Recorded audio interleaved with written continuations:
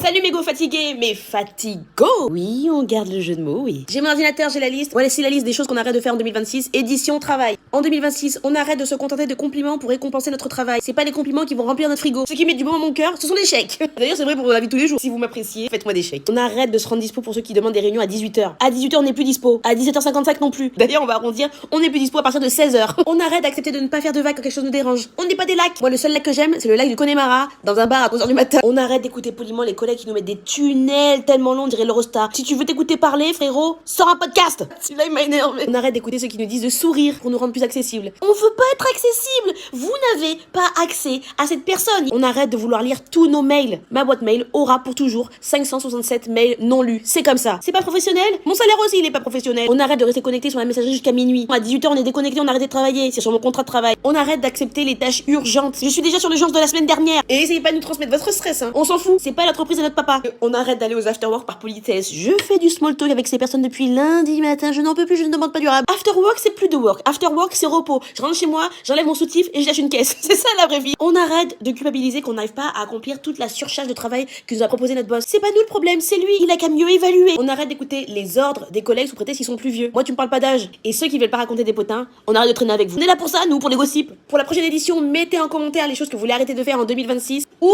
dites-moi l'édition que vous voulez que je fasse. Au revoir.